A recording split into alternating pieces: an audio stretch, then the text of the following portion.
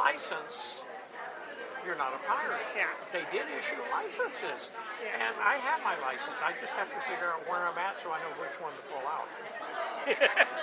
Right. We've got to get some more printed up. We do I was have. going to print up airship pilot licenses and yeah.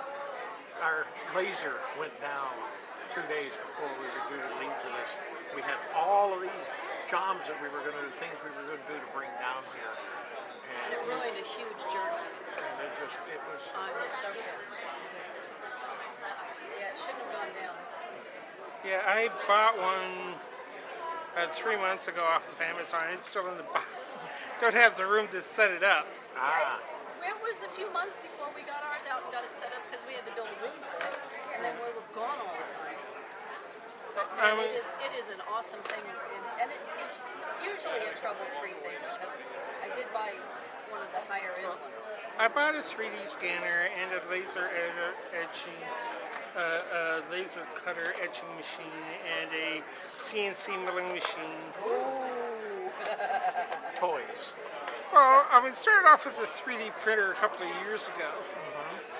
And I mean, so I do all kinds of crafting stuff, but unfortunately being disabled, I mean, it's hard for me to do a lot of stuff anymore, so basically I have it for if and when I can get the support to help me work on projects. Right. So it's all a matter of friends and networking and finding fellow artists that want to work on projects together. Right. And you've got to have someone that you can rely on. Say, oh, yeah, I'll be there. Well, I couldn't come in, sorry. Well, part of being a facilitator personality is that a lot of people don't have access to the resources. Right. And so I help provide access to the resources that, I mean, they'd have a hard time gaining access to.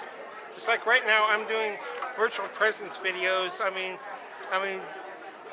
Doing recordings of, 360 spherical videos so that people can feel like they're here at the convention.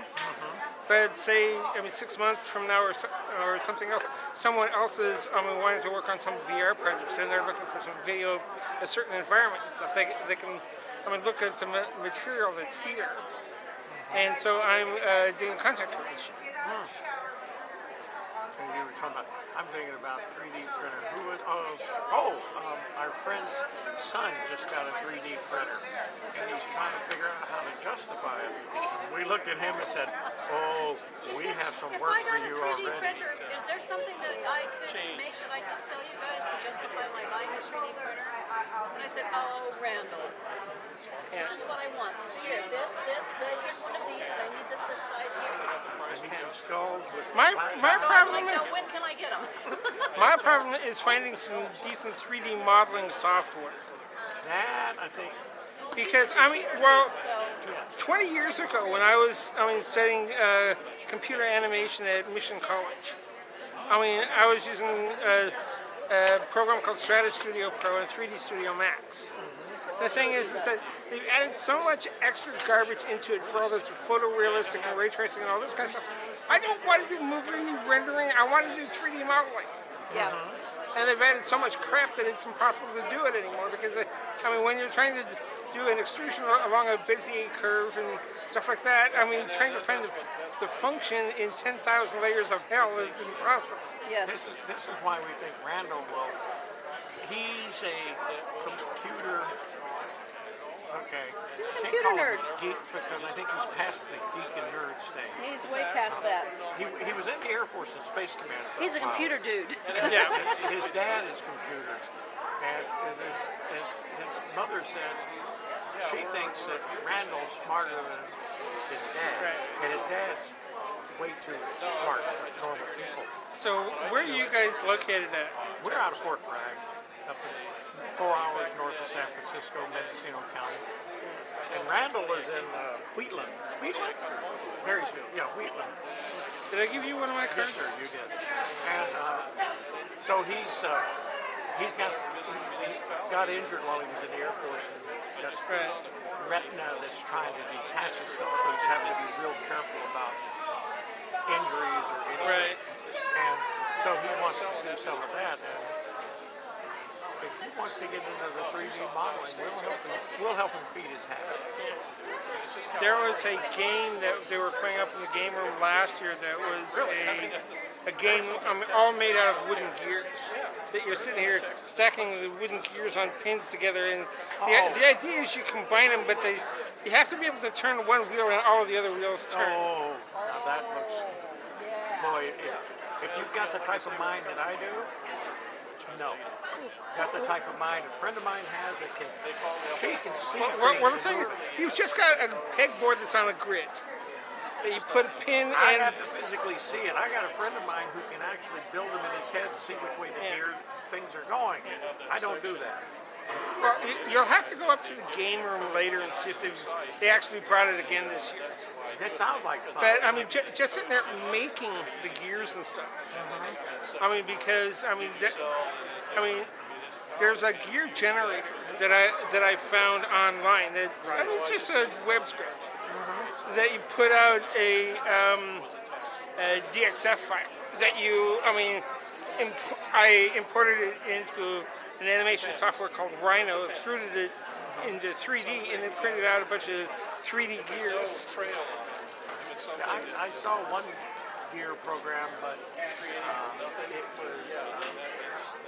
it would only do one simple gear, and then if you wanted to do more, hang on a second, you got chords here. Yeah, you don't want those guys to get run over. No, I should probably braid it. And but there was a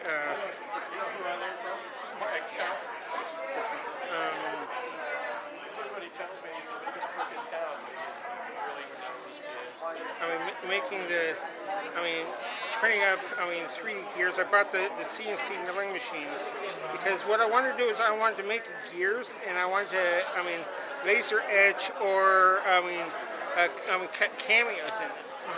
And the surface detailing on the 3D printer isn't sufficient for creating the cameos. You can get details on an edge, on a vertical edge, but not on a top surface because of the width of the extrusion nozzle. So what I want to do is I want to design a bunch of gears, and then take the different knotwork patterns and stuff like that, and have it etched or carved on top of the gears. So that it's something that's more decorative.